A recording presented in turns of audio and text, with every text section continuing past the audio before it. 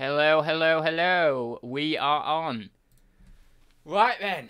So I'll wait for a few people to get in the chat because no one is in the chat yet, which is unusual for 12:51. But what George did pop in the chat before, I did notice that, by the way. But then I refreshed my page and then the chat, that message on the chat went off. So I don't know, but no one's in the chat as of yet.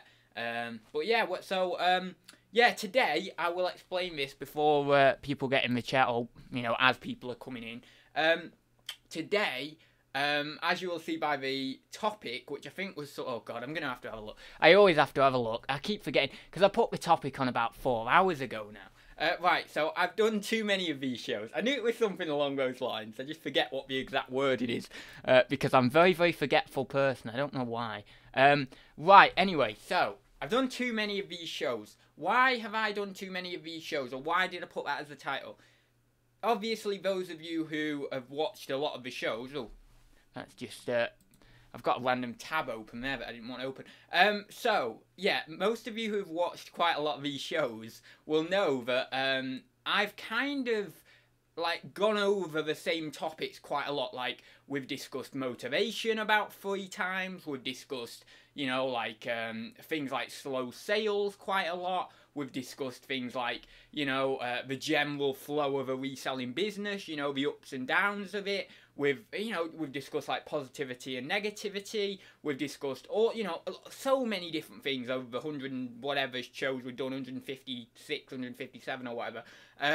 So it's kind of, left me in a position now where I every week I put a topic in and I'm like, yeah, I could talk about that, but I either have already done it or I don't really have enough enthusiasm to talk about it because it's something that mainly a lot of beginners would want to hear about and not necessarily, people who've been doing it for a while, like a lot of the people watching me have been doing it for a while. So I I'm a bit sort of lost, really, and I think from now on, unless I actually think of a topic, I'm just probably not going to do a set topic, Now, saying that, next week I might have something that I want to talk about straight away, so I might end up having a topic again.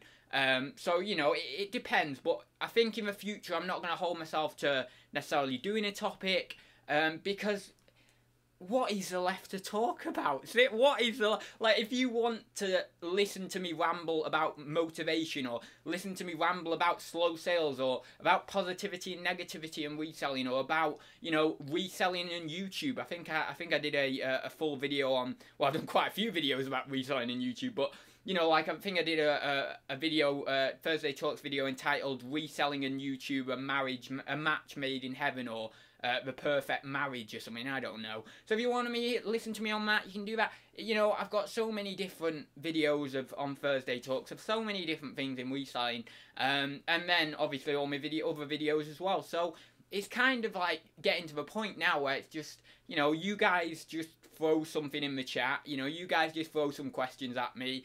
I'll answer them. We'll have a bit of good old rambling like we normally do. I'll go off on a tangent and go off to some faraway land where everyone's trying to call me back in the chat, but we can't even get to me. And that's how it's going to be. So if you like that, then we'll do that, because I do like that.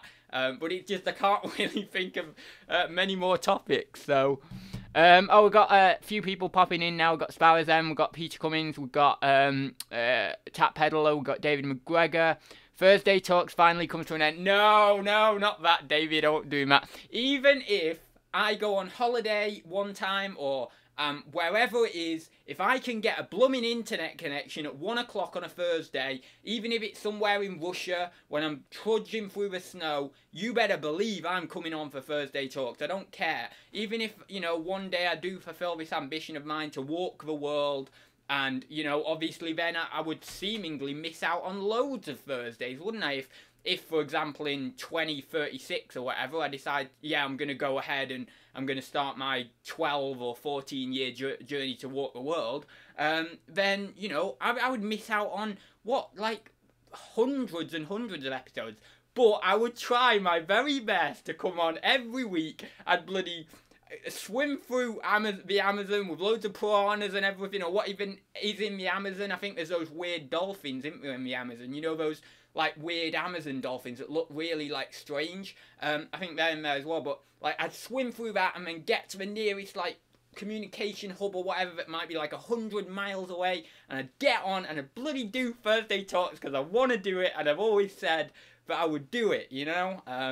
But that being said, I'll probably miss a few weeks if you know, if I am you know, if I ever do walk the world or anything like that. But if I'm in like France or Germany or Austria or Italy or Spain, I'd probably be able to get an internet connection. It's when I'm, you know, going through the Congo, or when I'm because you see a lot of people walk the world and they go around the equator. I don't want to do that because I think that's just the easy way to do it. You see, when I say I want to walk the world, I mean I'm gonna go all across every, if I do it, you know, if I do it. But if I have the drive and the finances and everything to do it at some point in my life, and I'm not thinking in the next 10 years or so, I'm thinking more like when I've got a bit more experience, when I've got a little bit more like, you know, dealing with problems in life. Because to be able to walk the world, you've got to deal with a lot of problems. Like, I'm talking problems that no one would ever imagine that they'd ever encounter in their life. So I need to really concentrate on building up my tolerance and my ability to accept and deal with problems a lot more in the next 10 to 15 years, to then set off and actually do and actually walk the world. And then I need to obviously make sure I've got accommodation, make sure I've got you know, guides and people, make sure I've got you know, maybe even I'd need to get a cameraman because I'd quite like to film it. I'd need to get like experts in certain field, like you know, like animal experts and stuff, or if I'm in a dangerous part of the world.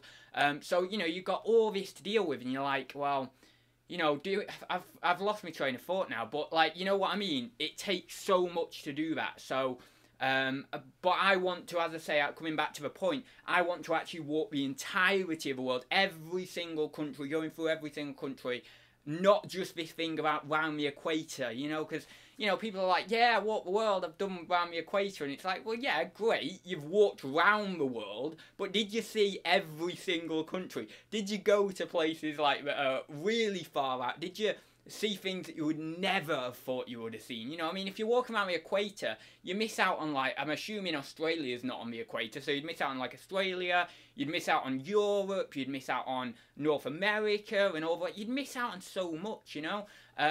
But saying that, doing every country would probably take a lot longer. Like, it might even be a 20-year thing, you know. Like, and this is my obsession with trying to get enough income passively in my earlier years, in my you know, between now and about 30, because I can only walk the world and spend 20 years away from basically society, essentially, if I have enough passive income that I can be generating to help me do that and fund it as I'm walking the world. So that's kind of why I've got this obsession with doing that, because it's not just freedom to live the way you want in terms of just in the confines of your own area. It's the freedom to go wherever you want, you know, and do whatever you want. So within the limits of your finances, of course. But if you're generating enough passive income, you can do pretty much a good amount of things, you know. So yeah, I'd really like to do that, but it would be hard. It'd be a very, very arduous. Is it arduous? Is that the word? Arduous task. But God, that'd be so cool. Like, that'd be like going to every different country. And it's not just going to every different country, it's the people that you meet, and you know, the amazing experience you have of being in different parts of the world. That's because it's not when you get back from walking the world, I suppose a lot of people would be like at dinner parties, they'd be all like very egotistical about it and very like, oh yes, and I did this in this country and I did that. But it's not about that. That end part of the journey, that, you know, that kind of ability to talk about it or whatever, or big yourself up in dinner parties or whatever it may be, it's not about that. It's not about these people who do it for that, aren't seeing the beauty of the journey of walking the world. You walk the world because you want to see amazing animals. You want to connect with amazing people from all over the world and all different new cultures and new food experiences. And so much of this rich humanity that we don't necessarily get to experience just being in the UK or just being in a single country at one time or for you know, most of your life.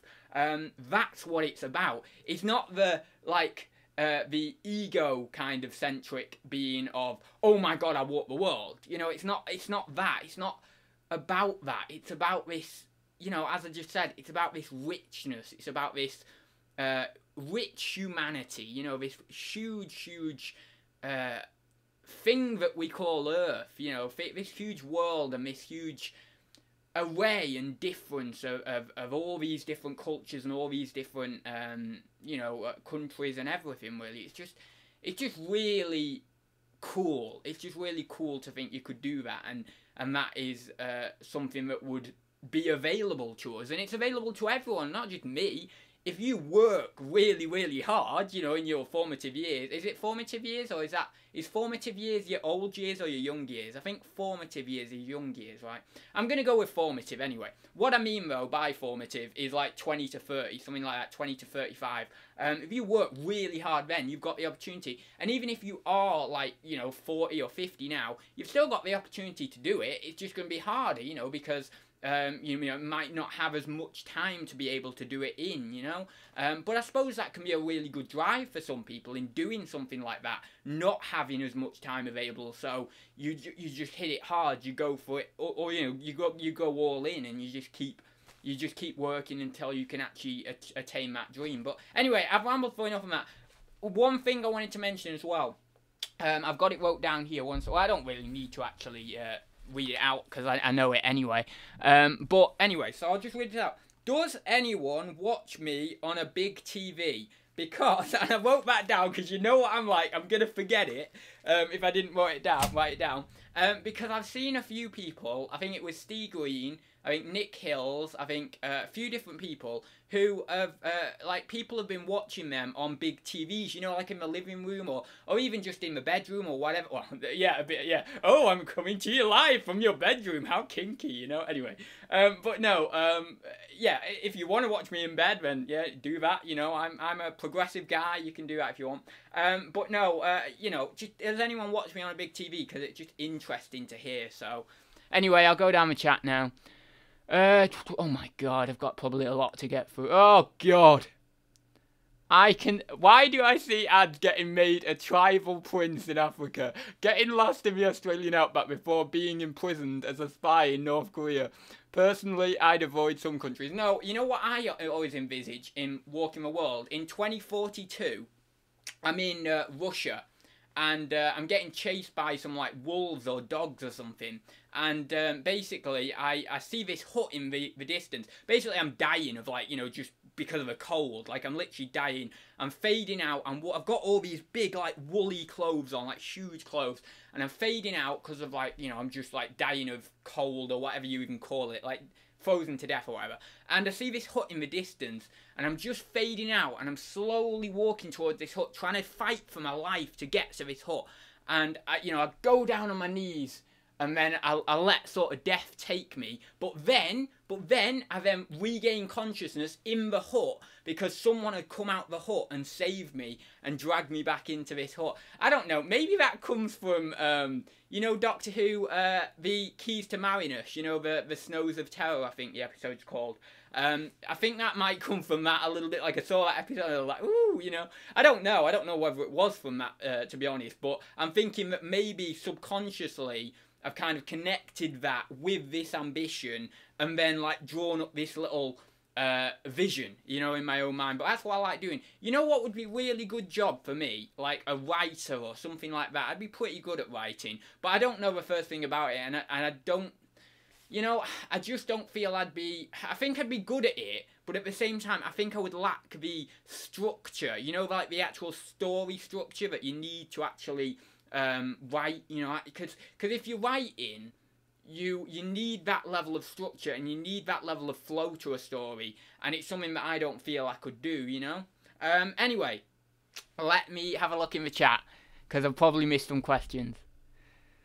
We got Treasure Pirate, Paul Foster, hi there. We got this is very personal skits, hi there. We got Superpowers of Shame. My hubby has to spell out the word walk or hi Avapanica. Oh my god. Where are we? We got Bumcrap Picker BCP. We got Stu Mandry, I think I said Stu. Afternoon, ads and chat. Cold today, ads. I knew someone would say that. We had to say it, didn't we? Just because of the bloody beanie and my coat.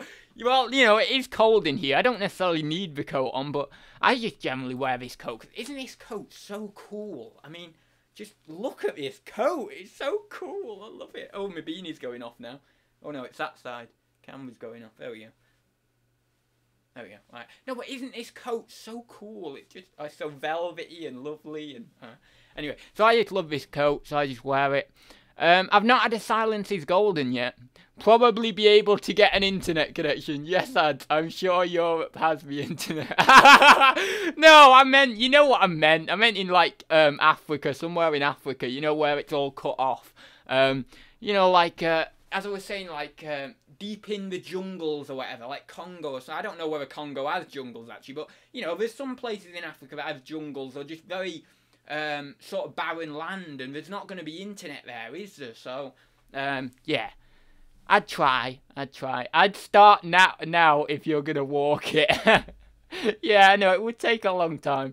I think a few people, I've looked online, like a few people have, I think someone did it in about 11 years. I think that's but I don't know whether that's just the equator, as I was saying, or whether that's actually like all around the world. I'm guessing that would probably be the equator.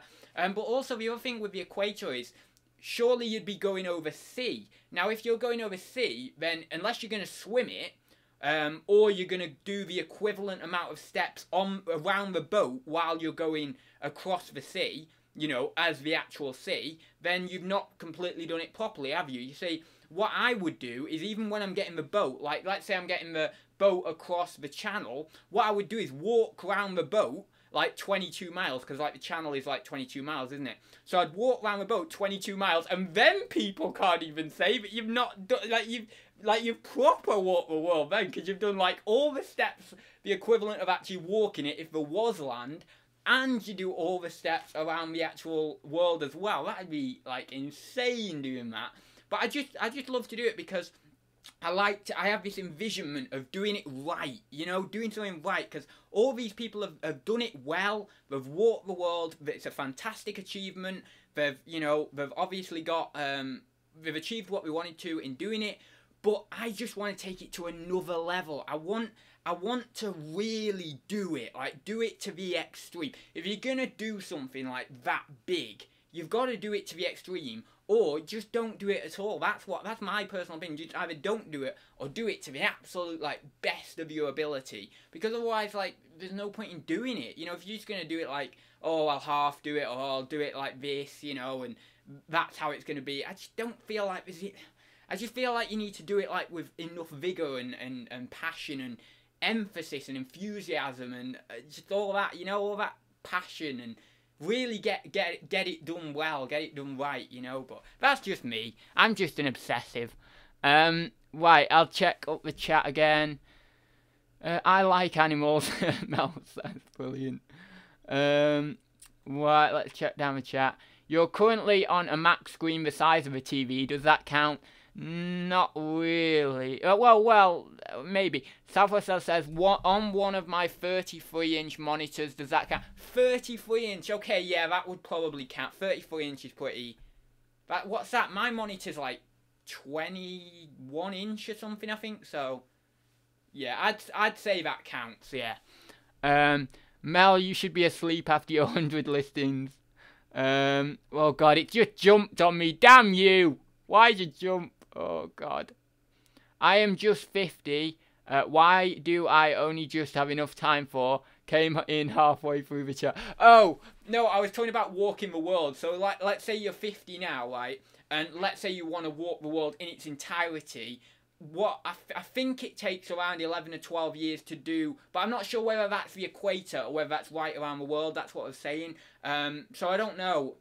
If you're 50 and you want to walk like all the countries, that'd probably be like a 20-year job, something like that, maybe even longer.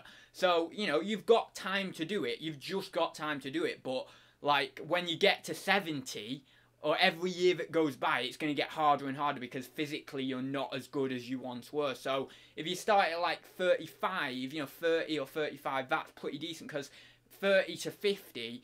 There is a big difference in terms of physically, because I've watched my dad go from 30 to 50, or like 32, 33 or whatever he was when I was born. What was he? He was like 32 when I was born. So, well, I've definitely watched my mum go from 30 to 50 anyway, because she was younger than that when I was born.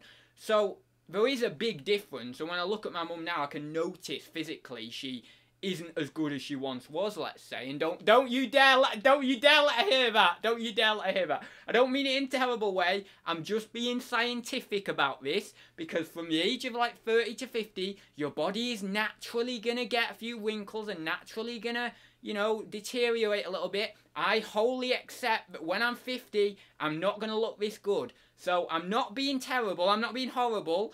I'm removing my human emotions, and I'm looking at a human as a being, as a scientific, you know, as a scientific study of what happens to a human, alright? But, you know, there is a noticeable decline, let's say, between those ages, but it's not as noticeable between 30 and 50 as between 50 and 70. And then, obviously, that brings with it, that noticeable decline brings with it challenges with walking, challenges with, you know, just generally doing things. So between 30 and 50, you're looking at a better shot of doing it than between 50 and 70. That's just my personal opinion. And I told you, I'm being scientific about this. I'm not trying to berate anyone. I'm just being scientific. So, yeah, anyway, probably going to get shot for that one down the road, but that's okay. I just say all the wrong things, don't I? Right, let's go. I can't help it, though. You do realise that. I can't help it. Right, let me have a look. What's here? Your class ads. Oh, thank you very much, Steve. I'm glad someone thinks that. Oh, God.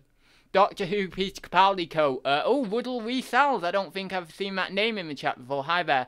Yeah, it's a Doctor Who. Yeah, it's a Peter Capaldi one. It's the Velvet one from Heaven Sent. I mean, I think he did have it before Heaven Sent, but I always reference it being in Heaven Sent because that's like one of my favourite episodes of New Who.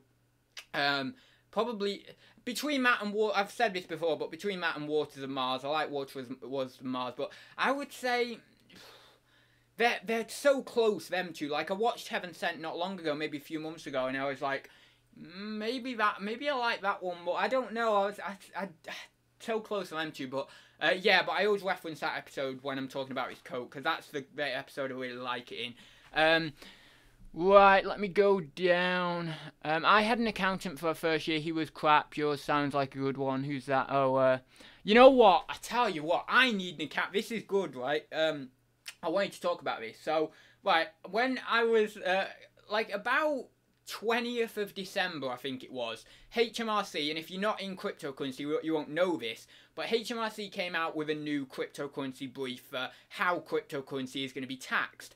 And I thought what they would do is they would come out with this brief, and it would essentially say that anything you are taxed on is only going to be taxed when you convert your cryptocurrency to Great British Pounds, right? And then obviously you're taxed on the capital gains on that money, right? Well, what they came out with in a brief is the fact that every single crypto-to-crypto transaction is taxable, right?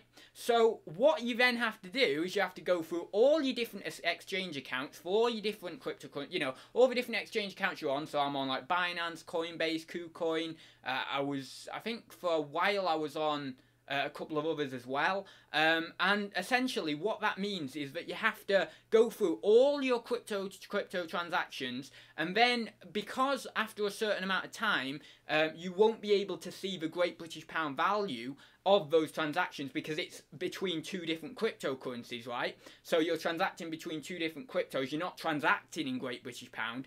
You then have to try and establish the Great British Pound value of both of those cryptocurrencies at the date you traded them on, and then you can assign a Great British Pound value for that transaction, which then you can establish whether you've got a capital gain or a capital loss on it, right? Now, I've got thousands of transactions over the tax year of 2017 to 2018. So, yeah, in that moment, I thought to myself, my God, reselling, doing the tax return for reselling and doing accounting for reselling, that is so easy. But then after that, I found a great tool, brilliant tool. If anyone's in cryptocurrency right now and does not use this tool for tax, you need to use it. It is a little bit expensive if you've got a large amount of transactions. About £300 they charge you for 4,000 transactions. I think I'm around 1,000 now. So like I had more transactions than that back in the previous tax year. But in this tax year, I think I'm around 1,000 now. So essentially, what this tool does is you can sync all of your exchange accounts to this, basically this website, this interface on this website, and then it pulls in all of the Great British Pound values for you using data. I'm guessing it's using data off CoinMarketCap or something like that, historical data like that, to be able to then get those Great British Pound values. So what this means is instead of it taking me 10 weeks to go through all my transactions and assign Great British Pound values to those transactions and then work out whether they're a capital gain or capital loss, because I'm talking this would take hours upon hours upon hours upon hours upon hours upon hours. You know, like crazy amount of time. So instead of doing that, you just pay the money to this website. Very reputable website. It's been around for, I don't know how long it's been around for in crypto space, maybe 1 or 2 years, but a lot of people use it. It's basically been created by other crypto enthusiasts who essentially they were coming across this same problem and they wanted a way to help people and alleviate people you know, on this problem. But if you want to go to the site, it's called CoinTracker. I think it's cointracker.io. And oh my God, it's a savior. It's an absolute savior. So now all I have to do is well, I've already done it. I've synced my accounts to that website. It pulls up all the data, shows you exactly how much you've invested over the course of a tax year, exactly how much, you know, in capital gains or capital losses you've got. It shows you all your cryptocurrency holdings, everything like that. It's just brilliant, absolutely brilliant. So it means that now it's going to be so much easier to do my tax return, because obviously these days I have to do the capital gains part of the tax return as well. I also have to add into my business side of the tax return, you know, you know, when I'm putting my business sort of stuff, business figures and stuff in the tax return, I have to include my Patreon, I have to include my AdSense, I have to include my merch by Amazon, I have to include my Amazon associates, I have to include so many different things in that side of it. So yeah, this year is going to be the hardest tax return I've ever done. And also, I'm getting back into buying more shares again. So now I've got to track those shares as well, the purchase and sale of those shares, and any dividend income. I need to put that in my dividend income section in the tax return. Obviously, with I think it's about 5,500, you get a dividend allowance, which is different to your capital gains allowance and different to your personal allowance for your business. So yeah, it's going to be a hard one this year, the tax return, but I'm not getting an accountant. I'm not getting an accountant, because you see what I mean? If you strive and you keep pushing, like you are so stubborn that you don't let anyone do anything for you, and you just keep working, like keep working, you will become someone that you never thought you would ever be, because you've got through so many different problems. You're just breaking down all these barriers, you know? You're just knocking them down. You're like, damn, you know, I can't get through this, but you know what? I'm going to keep knocking on that wall, and before you know it, I'm going to get through it, and I'm going to be a stronger person for it, and I'm going to know all the things to be able to be an accountant myself if I wanted to, you know? Basically, if you keep striving to keep pushing and keep pushing forward, you'll end up creating skills for jobs that you could do without even needing to do them. Like, I'm not far off the skill level, you know, in maybe a year or two, I'll be pretty much there, of being able to be an editor for someone else. So I've basically created the job with my own skills and my own ability and my own persistence to then become an editor if I wanted to do that. Or I get so much skills in accountancy that I can be an accountant. Now, of course, you need a degree or whatever to be an accountant. But if I could demonstrate my skills to someone and I could show them in a practical environment, then you never know, that could be worth more to that employer than, you know, a degree of someone who's got an accountancy degree, if they were willing to trust me a little bit and I was willing for them to be, you know, to display my skills to them in a good way, in a strong and practical environment,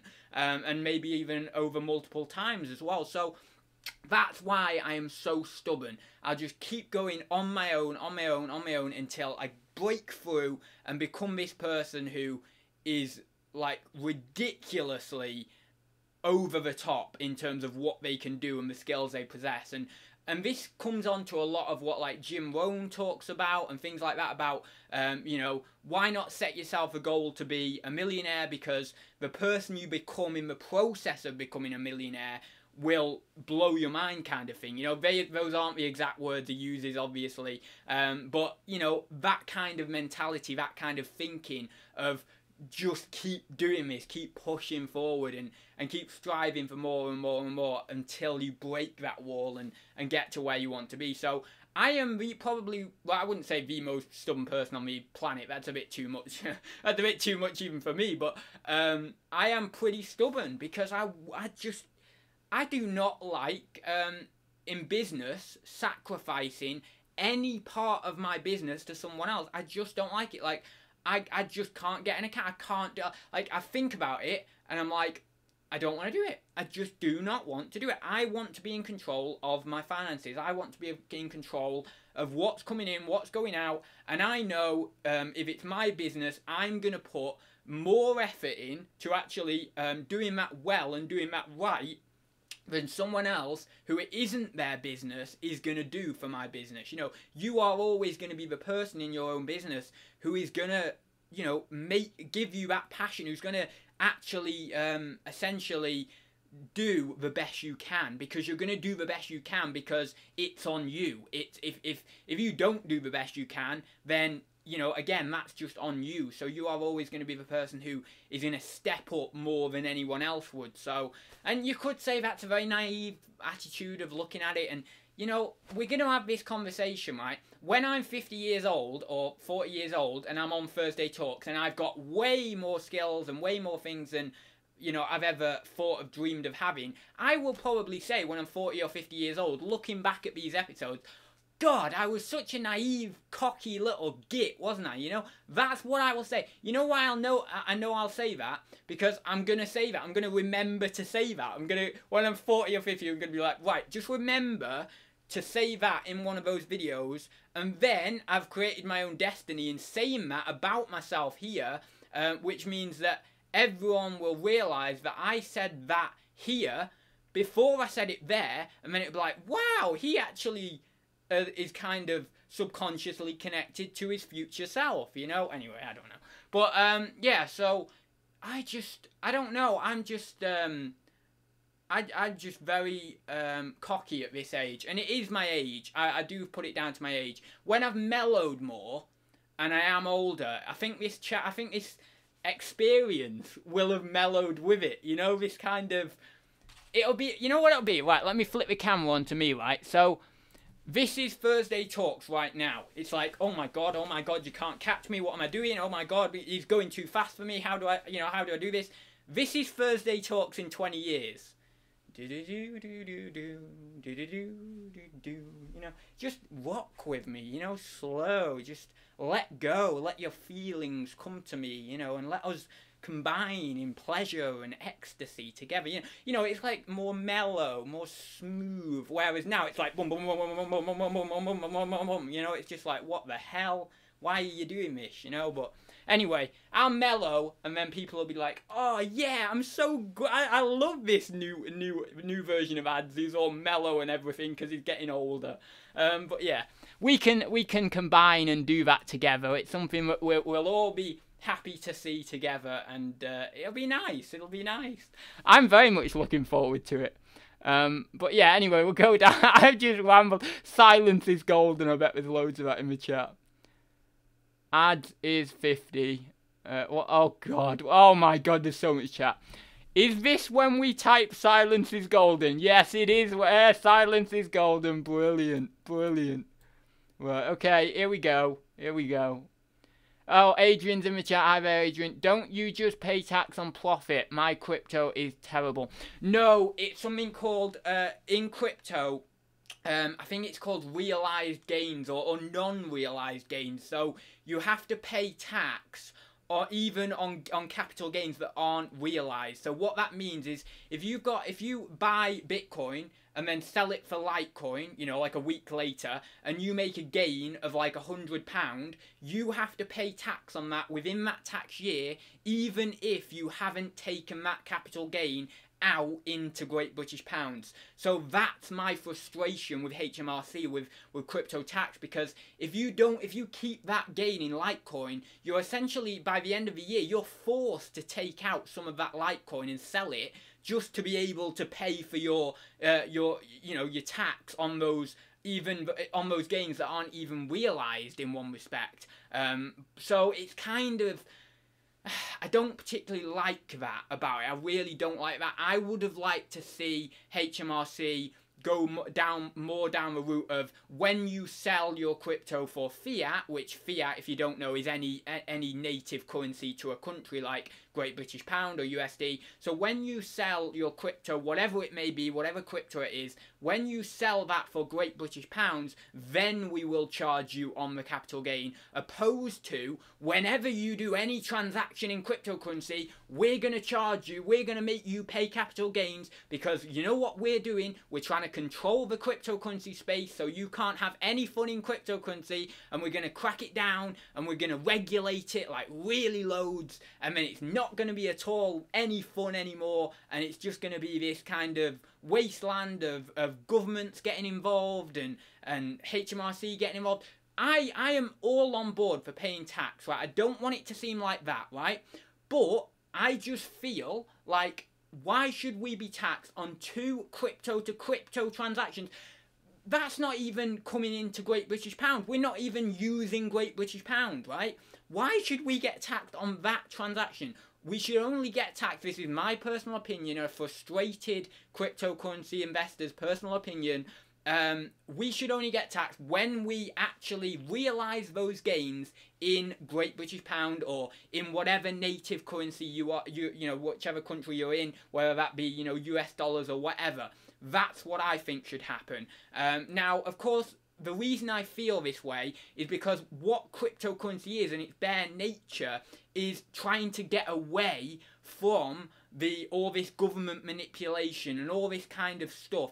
In its bare nature, cryptocurrency was trying to make the world a more connected place by being a peer-to-peer payment system, essentially, between 2 people without the need of a financial institution getting involved or anything like that. And what HMRC are doing is they're stripping away a little bit of that, because if you want to send a cryptocurrency, even if you want to send a cryptocurrency, you know, I want to send it from me to you, I want to send you Bitcoin, is it me or is it I think it's either me or the recipient who gets then charged capital gains tax. I think it's me as the sender who gets charged capital gains tax on that, basically on that transaction, even though I am giving it away as a gift. Let's say I'm giving it away as a birthday present. Oh, my friend in Australia, he wants $10 for his birthday, or I'm just going to give him $10 worth of Bitcoin for his birthday. You know why I'm doing that? Because if I sent it to him the traditional method in a bank, I'm going to get charged a huge international, you know, transaction fee. So if I do it with Bitcoin, I don't get that huge fee. So it's more viable for me to send it him in Bitcoin opposed to with a bank, right? Or maybe in Litecoin, because Litecoin's an even lower transaction fee. And it really does annoy me that then I'm going to get charged capital gains on just sending a little bit of money or a little bit of cryptocurrency to someone for their birthday. The reason I will get charged capital gains on that transaction is because HMRC view cryptocurrency as an asset class and not as a currency class. Now, cryptocurrency, I firmly believe, actually resides somewhere in between the middle. But if they were to do, they'd have to create a whole other class and tax it in a whole different way if they were to do that for cryptocurrency. I don't believe it's an asset. I don't believe it's a well, actually, I believe it's an asset and a currency. So I believe it's somewhere in between. But I do not feel we should get capital gains tax on sending a gift to someone or something like that. In Bitcoin or Litecoin or whatever. I just don't believe it, you know? And I just think that's wrong. I really do. I think that's just manipulative and just trying to get more and more tax out of people. I'm sorry, I don't like that. I don't agree with that. It doesn't matter if I don't agree with it, because that's what HMRC is going to do, and I'm going to pay that tax because I'm not a tax dodger. I'm not someone who doesn't pay their tax. I'm someone who will pay their tax. I'm someone who tries to do my best in accounting for taxation and all the rest of it. But it does annoy me that they're trying to really force all this tax upon us, you know? It makes it a lot less fun to invest in. It makes it a lot less fun to transact with, because you've always got that in the back of mind. Every single transaction you're doing, I'm going to get taxed on this. Every single, you know, sending of something to someone, I'm going to get taxed on that. That is, you know, that's a huge amount of tax that they're going to be collecting from this. And, you know, whether it's wrong or right, you know, some people say it's right, other people say it's wrong. For me, I'm just frustrated in how aggressive they are taxing the cryptocurrency space. I wouldn't mind, I don't mind, I've said it a minute ago, I don't mind taxing cryptocurrency. I'm all for that. But I just feel they're being a bit too aggressive with how much tax, or what they are trying to tax within the space, really. But I could talk all day about that, so I'm not going to talk any more about that. Anyway, we'll get on with the chat. I tell you, HMRC, I should work for bloody HMRC. I'd be... Oh, anyway, I don't get it. Right, we'll go down. I am on the crypto channel or the reselling channel. Lol, love it. Am I on the oh, sorry, yeah, you're on the reselling channel. I was just going off on one. Well, you know, I'm talking about crypto tax, so there is good information about that with regards to reselling, because like taxation and stuff, it can back. There's a bit of like kind of overlap there with taxation and reselling, taxation with crypto. There's some sort of overlap. But yeah. But basically, just obviously seek financial advice of your own. Don't listen to me, because I do not know what I'm talking about. Ask an accountant, they're more well up on it. Sometimes I make mistakes. I'd have to double check in the cryptocurrency brief. I did read over it about 3 times, so I was making sure I was getting it, you know, right, spot on, because I want to make sure that I'm paying the tax that I need to pay. But, you know, there still could be a few things that I might not have read through properly enough on that brief or anything like that. But if you want to read that brief, you can just type in cryptocurrency tax in the UK, and it should be like the first or second result. I think the article name or the brief's name is, oh, what's it called?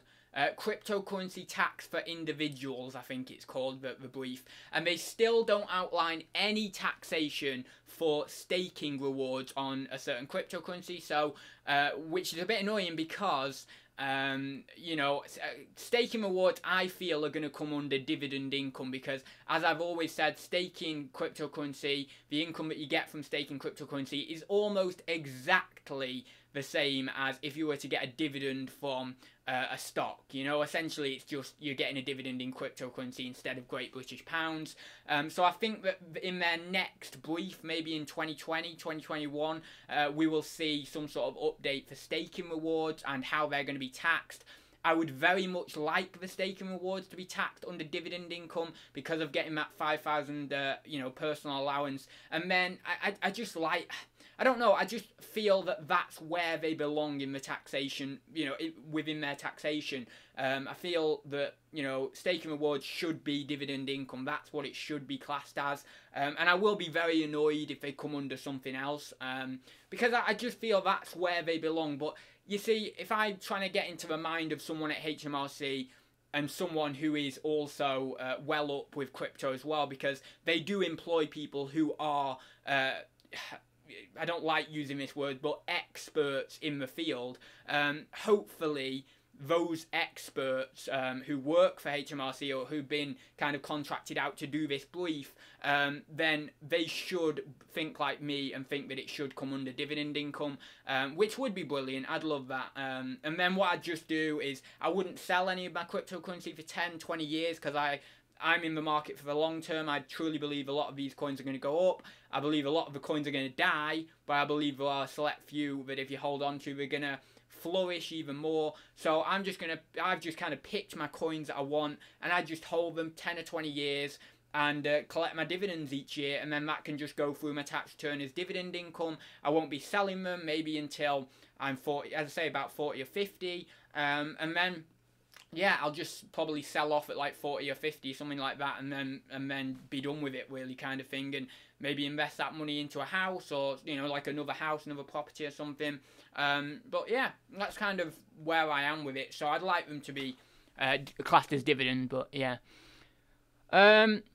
Oh, what's that? Hey BCP, getting my channel ready for videos. Oh, George, are you doing a channel, a reselling channel? That's awesome. I've often thought that you should do a reselling channel, you know. Whenever I've seen you in the chat, I thought, oh, I wonder, because sometimes I've actually seen your name in the chat and I thought, oh, I best go over and see George's channel.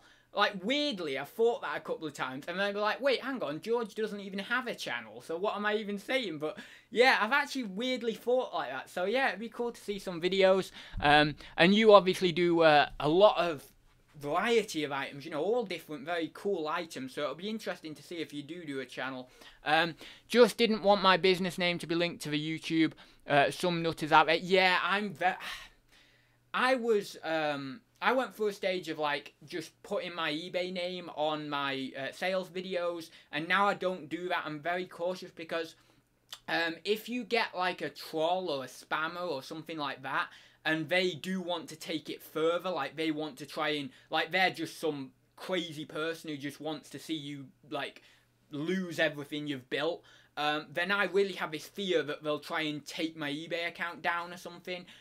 So I don't share my eBay account. I mean, people can get, if they want to get access to it, they will get access to it. It's not, you know, bulletproof or anything like that. You know, so people are going to do it if they want to do it anyway. That's what I've kind of learned. But yeah, it's going to be, that would be really, really terrible. That would be something horrible for someone to do, something very vindictive for someone to do. But I do have that feeling, and also I feel like I've had some very odd messages on eBay. I've had quite a lot of messages on eBay off viewers who want to ask me a question or something, and that's fine. But I don't generally. What I might do in that circumstance is I might respond on eBay, or I might not. I might just not respond, because eBay isn't the place for you to be asking me a question on reselling. If you want to contact me, go on Instagram, drop a comment down below this video, whatever. But I've had a lot of that, but that's not what I'm meaning. I'm meaning I've actually had like just odd questions that kind of. You know, just odd messages that kind of a little bit vindictive and stuff, and I can't prove that they are from someone who is a troll on YouTube or anything. I don't know who that would be either, but, you know, it kind of feels like it is. It's got that sense of feeling maybe it is something like that, so you have got to be careful with your eBay account, especially if you're a YouTuber. But, you know, I mean, I've been on YouTube for over 3 years now, and, you know, nothing really bad has happened. Touch wood. So, yeah, I suppose you've just got to be careful to the degree that you want to be careful to, essentially. I try not to, you know, show too much of my house, and I show the interior of the house and stuff, but I don't show too much outside and stuff. I try and keep my address well away from my YouTube channel and stuff like that. And you know, you just got to try and protect yourself in whatever you can. But ultimately, if people want to get that information, you've got to be aware that they are going to get that information anyway. You know, if they are that vindictive, that it's not hard to find people's addresses and stuff. So, especially in the digital age that we live in. So, anyway, right, let's have a look. Legend in full flow. I know. Well, I'm just, you know, I think you just go through life so much, and you know, you end up just you see so much, you know, you see so much in terms of in business and in life in general, and it just, some things just make you annoyed, don't they? They just make you annoyed because you think, if I did that, I would do it in X way that I see that is more the right way, you know? Now, I'm not saying that I'm perfect. I've made loads of mistakes, so I'm kind of a hypocrite saying this, to be honest. But that's kind of how I feel, you know. If I see people doing these different things, or I see organisations doing these different things, and I think, why the hell would you ever do? Why the hell? Whatever it may be, it doesn't really matter whether it's an advertisement or whatever. That, you know, maybe an advertisement comes on and I think, oh, hang on, that's a little bit, you know, over the top or something, or maybe, you know, it's not particularly fair, let's say, the advertisement, and I think to myself, well, why do you do that? And it does make me a bit annoyed, because I'm like, but if I was working there, if I was doing this, I feel that, you know, you could change that. You would do it differently, you know? And I think we all think like that. So many people will probably say the same, you know, that in life they see these different things, and it does make them a little bit annoyed because they feel they could do it better.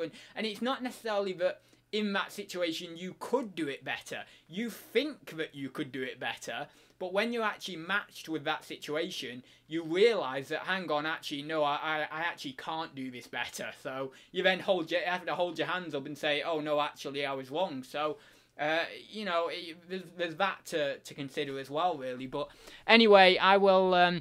is this the main ramble, or is that still to come? Oh, we've got a while yet, don't worry.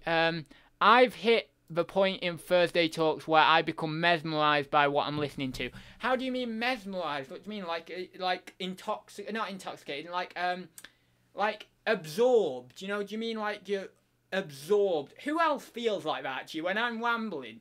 Does it feel, I don't know, I want to understand what you guys feel when I'm rambling. Is it like this glossed over effect, like your eyes just gloss over, or is it like this absorption in just all the words I'm saying, and it just becomes one stream of like just noise? Or how do you guys feel? Because that's quite interesting actually.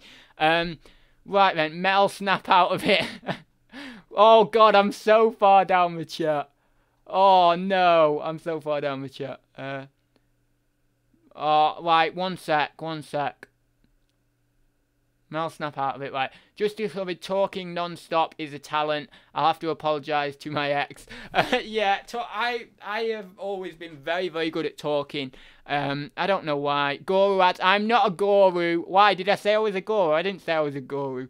Purple. I tell you what, my ego wants to be a guru, but if I separate myself from my ego, part of me doesn't want to be a guru. Like, part of my ego wants to be a guru and be celebrated for my knowledge and stuff like that. But then if I separate myself out from that, I'm more like, well, no, I just want to help people, or I want to, you know, get what I want to share out there and see if that provides any value to people. So I think you've got to be conscious of these two different areas, you know, where I mean, sometimes on Thursday Talks, I've demonstrated it today in the early part of it, and I am very consciously aware of it, that I can be very, very egotistical.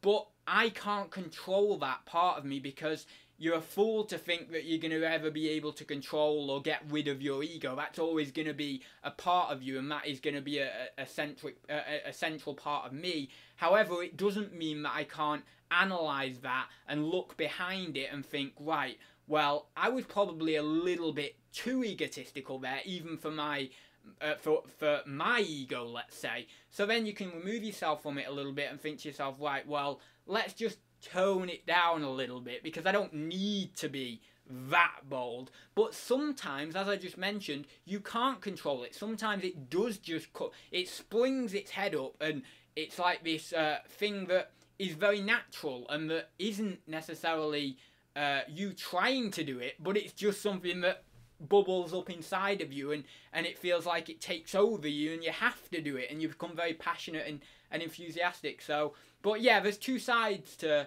that kind of feeling. You know, I think one side to me would love to be a guru for the ego side, and then the other side of me would just like to share things that a guru would share, but not necessarily care whether people think of me as a guru. Just want to share the things I want to share to help people or whatever it may be. So yeah, it's interesting, but we're not going to get into the ego here. I did try reading Sigmund Freud's The Ego and the ID, but I only got like, I don't know, a few pages in, and then I was like, wow, this is too much for me. So I will have another attempt at it. I did show it on Thursday Talks, actually, the book. But yeah, I will have another attempt at it. But it's very, very interesting when you get into all the ego and, you know, and philosophy behind the ego and the illusion of the ego as well, in terms of the fact that the ego doesn't actually exist. And it's just this kind of concept behind your own thoughts, essentially. But yeah, we won't get into all that now, because I could ramble forever on that. It's a very, very interesting subject. Very, very... it's a very, very enlightening subject when you start looking into it, like, of all these different things behind the person that you once knew or you once thought you were. Because you are always ultimately going to be the person you were all the time, essentially. You know, you may change or flow slightly over the years, but you are always going to be that ego, that same sort of self. But it's interesting to explore what's behind that self and explore on not necessarily a higher level. It's actually more of an equal level, but explore on this equal footing of what is behind the ego and what is actually this thing that you call yourself. You know, that's very interesting. So yeah, definitely look into that if you'd like to look into that, because it's very, very, as I say, very enlightening, you know, on what some of the things you can learn. Adspiration. Oh God, back in my room. Yeah, I think I'm just.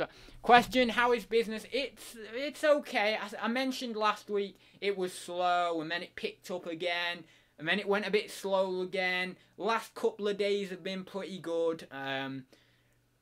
But it's still, you know, it's like, I mean, it's not as bad as last week, so you've got to just count your chickens, aren't you, or whatever the phrase is, I don't know. You know, you've just got to be aware of the fact that, you know, at least it's better than the week before or whatever, but it's very weird. It's like, last week was very slow, you know, very, very unusually slow, and then it didn't really, there wasn't a spike at weekend or anything. There was maybe a little uptick, but it was more like a little molehill than like a big spike or whatever, you know, a big mountain. You know, so yeah, it's just kind of, I'm plodding on, I'm doing the listing, I'm doing what I can. You know, I listed fantastically last week. Last week I did 140 items in 5 or 6 days, so, you know, absolutely brilliant. You know, more than happy with that. That was a great week's listing. This week hasn't been so hot for listing, but I've been trying to do it where I can. I've been doing a lot of YouTube this week. I've been doing haul videos and stuff and scheduling them for upload and doing all that side of it. But also I have been, you know, listing where I can. But yeah, so it's not like I've not been listing over the last week to 2 weeks. I've done plenty of listing, and it's just up and down, really. You know, one day's good, one day's bad. You know, nothing can be said about it, really. I've just, again, like I said last week, I've just got to keep listing. I've got to keep doing. I've got to keep, you know, basically interacting with eBay. You know, like we all say, like, you know, just being on your eBay account every day, answering messages, answering offers, you know, listing new items, but also like relisting or, you know, doing all that side of things as well. Maybe adding a promotion on there, you know, maybe doing a sale if you want to do a sale, or promotions or sales, whichever one you want to do, or do both. You know, like all these different things that you can do to help it, and it will slowly pick up, but it's one of those things, isn't it? Because sometimes it slowly picks up. Like, sometimes the sales will gradually return to normal. Or sometimes it's just like this skyrocket. You know, like one day it'll be amazing. And then, like, oh my God, you know, something's turned on. So, yeah, I've not really had that day yet again. Over the last maybe 1.5, 2 weeks. Something like that. I've not really had that day where you know, I'll get loads of sales. But as I say, it might not happen like that. It might just be more of a slow return to normal. But it's not like there's not been good days over the past 2 weeks. It's just that the good days have been very few and far between, and the good days haven't been as good as some of the good days that could have been, you know. So yeah, it's just like that really. But I'm just, as I say, I'm just trying to plod along with it. How did we get back onto crypto? I don't know. Asked the C question. Oh no, this is why I hate having mods, because I like answering the trolls question. But anyway, yeah, thanks to the mods for blocking them. But I really would have liked to say, see what that C question was. Doctor Who. Well, no, you're not trying to get me off topic. Oh, also today, if you don't know, it is a 2-hour special. Thanks to George Ross and Tom, who is Forge Your Own Path. They donated £4 last week in the super chat, so I was really grateful of that. It was just at the end of the video and I just clicked stop streaming, but they wanted me to do a 2-hour special. So I'm going to do either an hour and a half or 2 hours today, whenever you guys get bored of me, whatever. If you want to go now, then go. That's fine. You know, we are now at the hour mark, but just know that I will be hanging around for a little bit longer. If you want to do some, you know, listing while you're listening to me ramble about whatever it is, then you are free to do that, of course. I would encourage it as well. But yeah, I just wanted to mention that it is going to be a 2-hour special today, or as I say, maybe just shy of 2 hours. So yeah, so again, thank you very much to George and Tom in the chat last week, who gave me a couple of super chats. I more than appreciate it, and I would have stuck around last week for the 2 hours, but I just didn't catch them in time, and I couldn't be bothered like setting up a new event or whatever. So yeah, anyway, we'll go down the chat. Try to snap him out of it. Custard Cream's Nude Ladies Q4. What? Oh my god. Admins don't allow any more crypto questions. They can't stop me because I won't even see them saying don't talk about crypto anymore, will I? Right, I'm gonna go a bit further down. Can I ban ads from his own chat? No, you cannot ban me. Bloody hell, I'll ban everyone else in it. I'll ban you all here. No, I'm joking. Right. Car Boot Collectors, afternoon ads, hi there. Are you going to invest in property ads? I will be doing at some point. I'm thinking, well, for my first property, I'm just going to buy it for myself. And I have this weird thing of, I don't consider investing in property your property, right? And I know people will counteract that with, well, you're still making an investment in property and all the rest of it. If you're living in a property, this is the way I look at it, right? This is the way I look at it. And I'm going to get shot down for this again, but that's okay. If you're living in a property, let's say you buy a property for 100 grand, you put down a good chunky deposit of 20, 25 grand, something like that, whatever it may be, let's just take this as an example, and then you've invested in that property, right? But you've invested in it for the purposes of you living in it. And when you want to move out, unless you're going to downsize, which is unlikely on a house of 100,000 anyway, but unless you're going to downsize, that money is just going to be transferred to another property. And yes, you might see it, you know, in equity or whatever it may be, but you're not going to actually necessarily see that money again, unless you're going to downsize, and then you might be able to take a bit of money, you know, out in terms of cash. But that's the problem, you know, when you buy a house for yourself, you're only really buying a house for yourself. You're not buying it necessarily as an investment. Now, yes, okay, you know, if the equity in the house goes up, or, you know, like if the price of the house goes up and stuff, then, you know, you've obviously made some money there. It is an investment in that respect. But at the same time, if you're just going to use that money that you've gained there, you know, to buy another house, it doesn't really feel like too much of an investment for me. So what I will class in as investment property is I will buy my first house, put down a decent deposit, and then I will either use that property as an investment property that I do like buy to let or whatever. I've not looked into all this, so I don't know the rules around taxation or anything.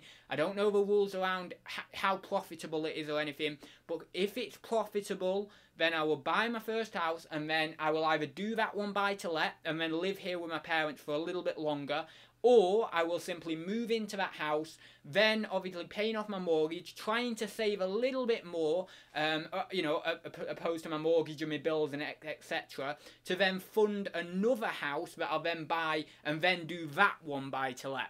But if I'm going to move into that first house, then I'm not considering that one a complete investment because I'm living in it. It's my residence. It's more of, it's an asset. It's like a fixed asset. But it doesn't seem for me personally like it's a complete investment. If I was to buy a second house that I was then saying, right, that is an investment property, that is classified what it is, I'm doing this buy to let, or I'm going to do it up and flip it on, or whatever it may be, you know, whatever, it doesn't really matter, or I just like keep it for ages and then sell it on when I'm a lot older. That's more of an investment, you know. It's like me saying, how could I say this, like, no, I don't know. I was trying to think of an analogy or something that would suit this, but I don't know. I know what it's like. It's like saying my own computer is an investment, right? Like, my computer is an asset to me. Like, the computer I'm running at the moment, it's an asset to me. It allows me to communicate with you guys. It allows me to do my work in my business, etc. But it's not necessarily an investment. You know, it's not like, it doesn't go up in value, so it couldn't really be a profitable investment anyway. But let's just take the fact that it did go up in value. Let's say, you know, this computer will go up in value for whatever reason. Then, you know, it's like, it's still my computer. It's an asset. It's not really an investment, or I wouldn't consider it an investment. Like the same thing, this is a good example. An antique, right? You get you get a few nice antiques that you dot around the house that you absolutely love to look at, and you really, you know, you've even maybe developed a sentimental attachment to them, or you really do like these, you know, you really do like these pieces, and you may have bought them thinking, oh, well, this could go up one day in value, right? You may have bought them with that in the back of your mind, like, oh, these could go, you know, to a really good price one day, but you've actually only bought them realistically to have them on the side and to look at them and to cherish them and to just be around them generally. That is the same as a house. You have bought a house, if you're going to live in it, to live in it. You've not bought it right at the back of your mind. You might have bought it at the back of your mind thinking, oh, this may turn out into a good investment, but ultimately, when you're getting yourself into the property market, you just want a house. You want that independence. You want that place to live. You want, you know, a roof over your head that you can choose your own rules for it, all the rest of it. You want a place maybe to raise your family, whatever it may be. Yes, the investment is at the back of your mind, but it's only at the back of your mind just as if you were to buy an antique that you were going to look at on the shelf and maybe sell in the future. So that's how I look at it. You can tell me I'm wrong, but that's just my opinion. I'm not necessarily right or wrong. You guys are not necessarily right or wrong. It's just an opinion, you know, it's just, that's how I feel with it. So anyway, that's that anyway. I have a lot of opinions. Damn, done my new listings and even had to do the relist now. Got nothing for distraction. Might put some tunes on. Oh, well, go on. Have some tunes on. What's he on about now? I need a map. I'm lost. I think a lot of people do, Adrian. Don't worry. No, not all day. Please, not all day. No, I'm not doing it all day. I'm just doing another hour or 45 minutes or whatever. Yeah, right. Why is it distracting you that much? Am I distracting everyone from work? Right then. Is this crypto tax anything to do with Superman? No, that's kryptonite. But okay. 100,000 green bottles hanging on a wall. 99,100,009. Oh god, I can't even say that. A lot of green bottles hanging on a wall. Ads, do you think we should be taxed on crypto transactions? I've already answered that. I think you're just probably saying that just to make me talk about crypto again. But no, I do not think we should be. But yeah, anyway. But what I mean is crypto to crypto transactions. I do believe we should be taxed on crypto to Great British Pounds transactions. I do believe that. But I don't believe we should be taxed on crypto to crypto transactions. But anyway. Silence is golden, yeah, definitely. Oh, am I that far down the chat that when someone... It's easy enough to find out what someone's eBay account is even when they show the items. Yes, it is, very easy. I've actually done that for a few other people when I wanted to send gifts to people.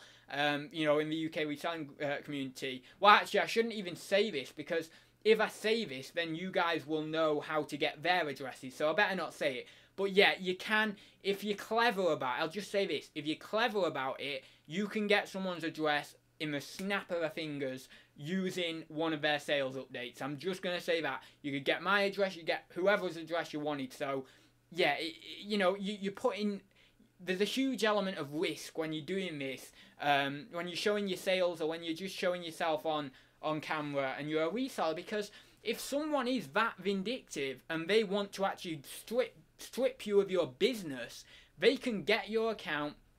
They can obviously go to your account, find your account, they could report items, they could maybe buy something off you and then claim it's like, I don't know, claim something whatever, you know, like it's not what they ordered, or it's broken, or it's damaged, or whatever. And they could do that repeatedly, do loads of different things. Maybe they could create accounts themselves, like different accounts, so you might ban them on one account, but then they just come at you with another account.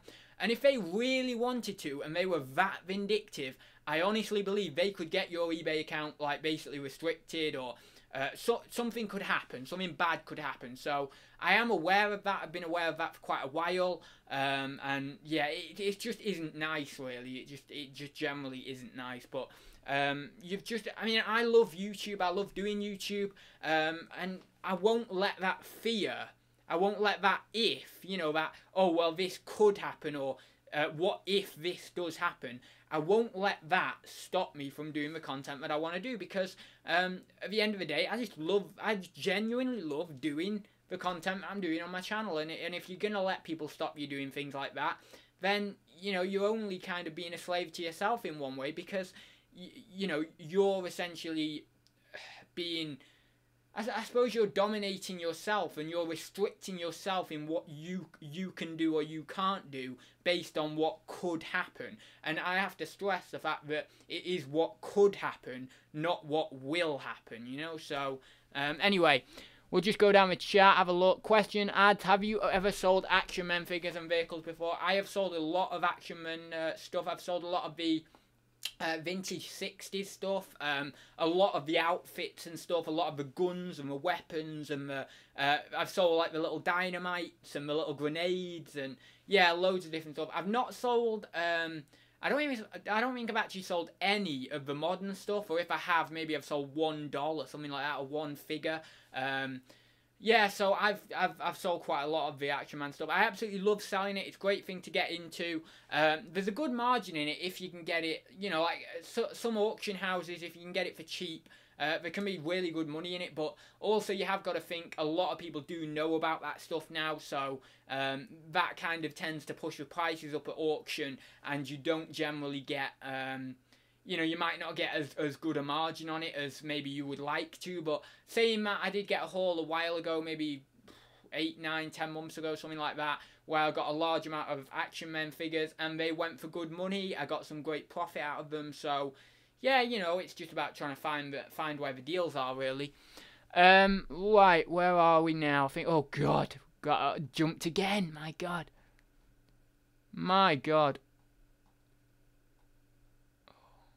My god, I am so far down the chat. I'm going to have to...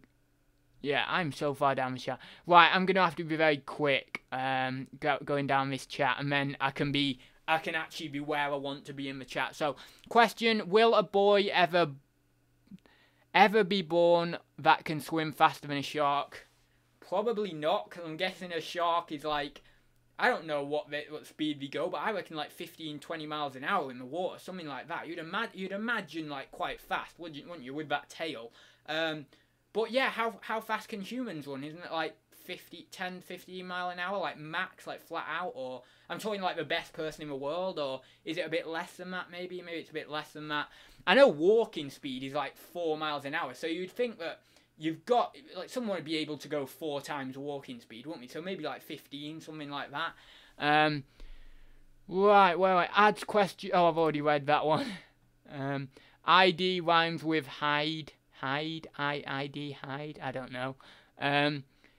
Ad topic is a non-runner like the sex sweet shop. Ad topic is a non... I don't even know what that means, but it's going on about something about the sex sweet shop. Brilliant ad. This is like a psychology lecture. I suppose it is a bit, but are we talking about reselling? I am now. I'm talking about reselling now. Had the sound off to take a phone call. Did I miss anything about cryptocurrency? Can you surmise ads? No, I'm not going to do that. We're not going to get into that anymore. Compare my lives to ad streams. Compare my... Yeah, I'm a bit crazy and wacky with it. Silence is golden. Yeah, far from it. You carry on ads. I am cleaning toys. Passes the time. Yeah, I do. I get into my cleaning. You know, with selling items. I just really, when you got something nice to clean, it's very therapeutic, isn't it? You get into it. Right, and have a lie down in a dark room later. Oh, right. Love ads video. Another hour of Bitcoin talk. No, it's not going to be any more of that. I'll try and keep off it. Is it carry on ads up the Khyber? Girls abroad. Oh, God, that's brilliant. Ads, if you want to invest in property, then start small like a Wendy house. No, I'm not going to, no.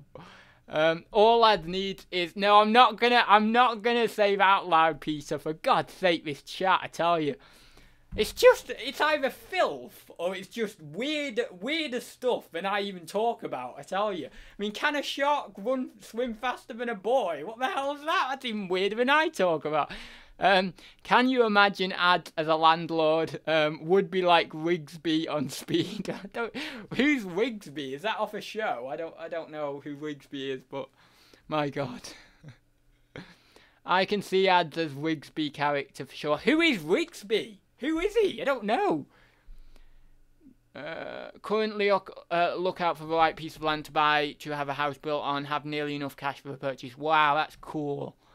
That'd be really cool, building your own, building a house on a bit of land and stuff. That'd be so cool. Instead of watching I have combos to go clean. I haven't watched a video in a while. How did the Antiques booth venture go? Oh, have you not? Oh, no, the Antiques booth did not go well. Well, it wasn't a booth, it was a cabinet.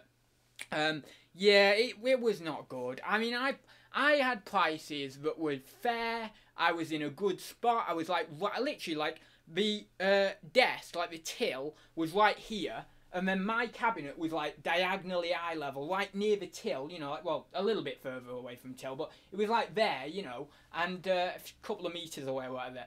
So you would imagine, you know, great place. It had a little light in it as well.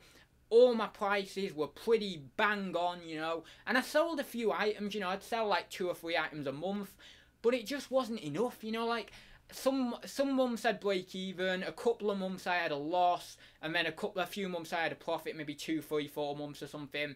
But it just didn't work. Like, overall, I was probably at about break even, to be honest, on the whole venture. Maybe even a small loss with, you know, hidden costs such as fuel and stuff like that. So, you know, luckily it wasn't. It's not a be-all and end-all. It was like 30 quid I was paying a month or whatever. And as I say, most months I was making that back or making a small profit. But, you know, overall it just wasn't good. You know, when I assessed it on... I did it for a year. I did it for an entire year. And, yeah, for whatever reason it didn't work. If you asked me, would a booth work? I would probably say yes. Because I've heard a few people talk about the fact that when they've got cabinets, people don't generally go over to them as much because they have to ask the people at the till for a key for them to be able to get into the cabinets to have a look at the item. And I think that's a bit of a drawback, whereas if you've got a booth where everything's open, you know, like an open layout, they can pick up and look at the items themselves and just take it to the till direct.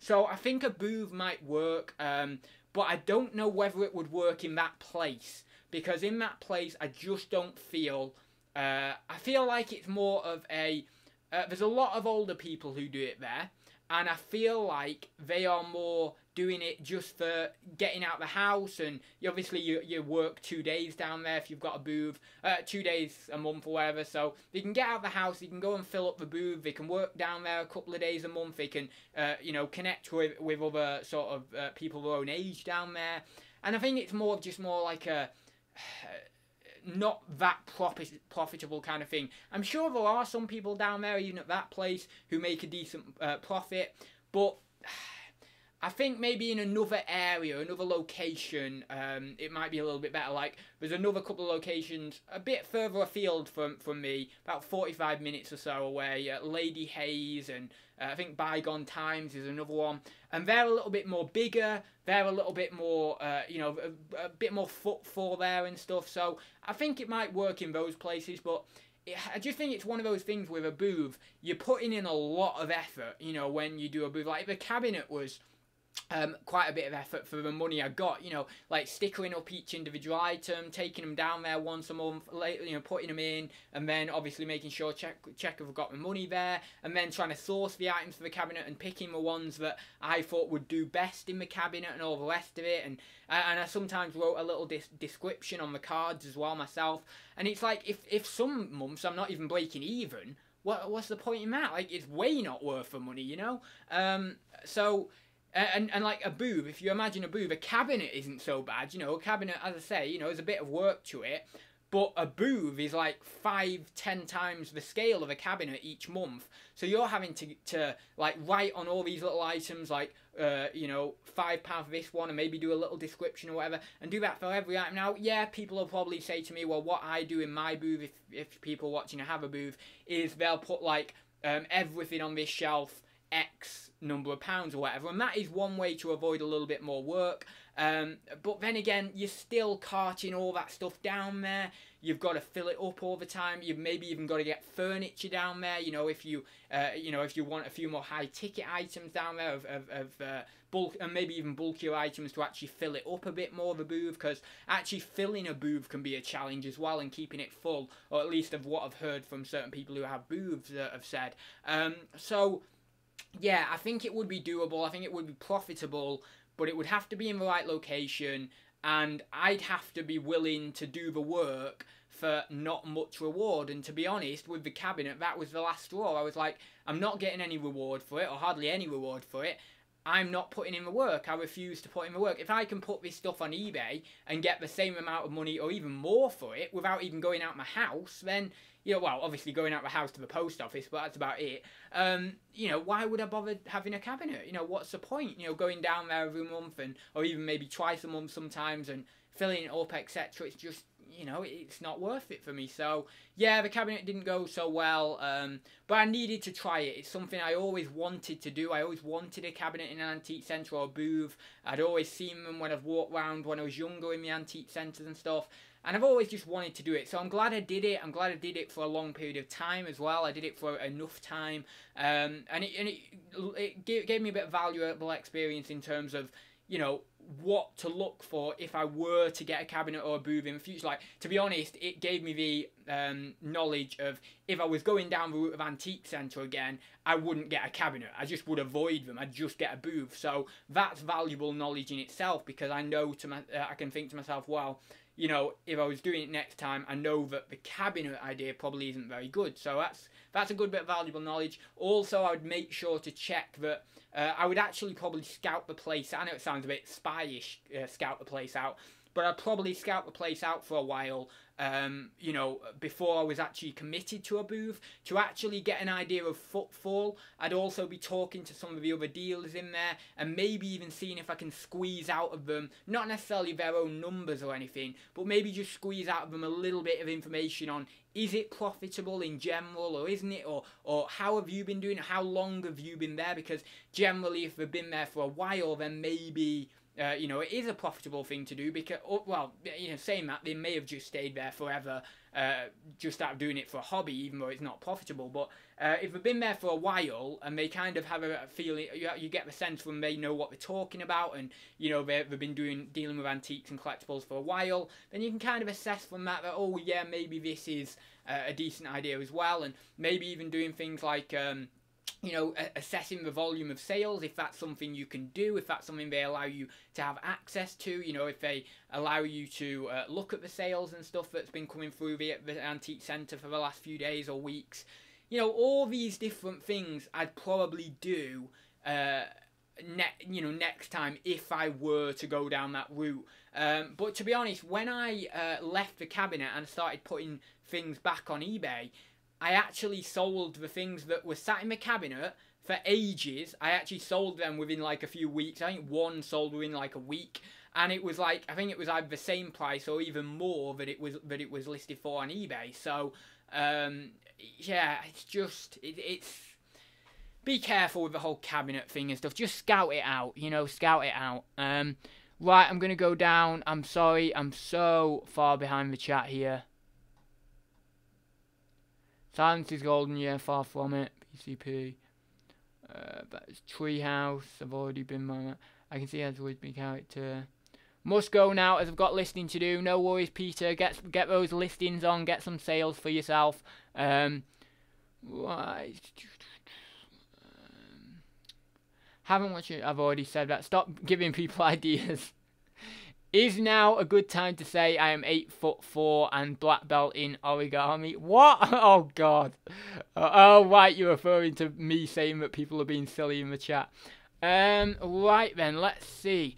I was 16 when I started watching. Now I am 44. I've seen that a few times in the chat actually.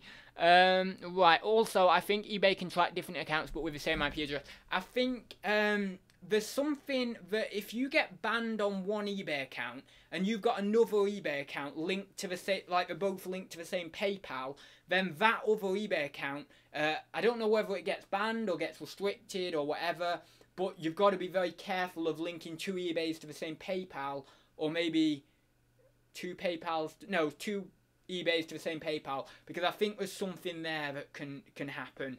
I don't know about IP address, but I would imagine... Oh, yeah, I do know about IP address, because when my mum and dad's account got banned years ago, I wasn't able to create a new account for, like... I couldn't create a new account because my mum and dad's account got banned. I couldn't create a new account for, like, 5 years. Like, I attempted in, like, intervals, but then, at some point, after a certain amount of time has elapsed, I managed to get my account back. Well, it wasn't even my account. As I say, it was my mum and dad's. My dad got it banned because, well, this was mine and my mum's theory. I mean, I was selling stuff on there, but I don't think at the time it got banned I was selling stuff on there. I'm not sure, but I was selling stuff on there prior to it getting banned. But my dad used to put, like, he used to misdescribe things, and he did it, oh my God. Right, this is so funny. My dad, the other week, right, he misdescribed... He only ever puts one item on eBay at a time. I don't know how the hell he can do this, but, right, because, I mean, it's fair enough if you're putting 10 items on a day for, however many months, but he made a mistake on eBay of, like completely misdescribing an item, like it was a gazebo or something. And for whatever reason, he had completely misdescribed something on it. The guy came to collect it. The guy went away, fairly happy with it or whatever. He mustn't have looked at it that well or something. I don't know. Guy went away, and then he messages back saying X thing on it isn't as described or didn't work or whatever it was. And then he ended up bringing it back, and then my dad had to refund him. So me and my mum were thinking that because my dad was selling them there quite a lot, and there was something to do maybe with the number of negative experiences on there, I'm not sure, and maybe number of negative feedbacks that have been coming through for him, I don't know. But you've got to also understand that a while ago, we're talking 6, 7, 8 years ago, I don't even know how long, maybe even longer than that, eBay was a different place, and I think I recall that negative feedback could influence your kind of account a lot more than maybe it can now. Like, negative feedback doesn't seem to hold the weight it does with, with regards to the new, well, not the new defect system, but the defect system. So, like, eBay don't look at negative feedback as much as they do the defect system. But back then, I'm pretty sure there wasn't a defect system. So, they must have looked more at negative feedback, and maybe that's why the account got banned. I'm not sure. I'm just speculating. But yeah, so that, well, getting back to my point, because Mel asked a question there, but that account was obviously linked to this IP address, so I couldn't set up another account, even though I wanted to. I think I was, what was I even selling at that point? I don't know, but I wanted to sell something or other. I haven't a clue. It was probably wholesale stuff at that point. And essentially that account was linked to this IP address, so I couldn't create an account for like 4 or 5 years. And then for whatever reason, oh no, that was it. That was it, right? No, I know how I did it. I phoned up eBay one time. That was it. I remember now. God, it's so many years ago. But I wanted to create an account on eBay because I was getting into some sort of vaping stuff, right? I don't know whether I wanted to sell vaping stuff or whatever it was, but it was back when I was in my vaping stage. And I was wanting to create an eBay account, and I realised I couldn't. And I rang up eBay, and I had this quite long conversation on the phone with them. I remember it because it was in Ryan's bedroom. I was on the phone to him, like, and I was pleading my case, like, saying that was my mum and dad's old account, and I want to create an account for myself now, not for my mum and dad, not affiliated with my mum and dad, but I want to create an account for myself, my own account. And they were like, well, you know, we've seen that you've got this permanent ban on this old account or whatever. We can't really do this. We shouldn't be doing this for you or whatever. And then, for whatever reason, I must have just been, you know, quite stubborn about it, or just quite, you know, quite not really giving up, you know, quite persistent about it. But then they did eventually, after a long phone call, they actually gave me the account, and that is the account that I am now using. So yeah, but I forgot about the whole phone conversation. I thought I had just like managed to get a new account after a few years, but I did the phone conversation. So that means that if I didn't do the phone conversation, I wouldn't have had an eBay account. So yes, if you've got an account from your same IP, then and one gets banned, you're probably screwed on both forever, unless you can appeal somehow, ring up and try and get an account back. But yeah, it's pretty bad. But I mean, generally, again, I'm going to touch wood. You're in control of your eBay account. It is quite hard for an eBay account to get banned completely. You know, especially these days. I think it's weird. We put a lot of emphasis on eBay, you know, doing all these rules and regulations and stuff.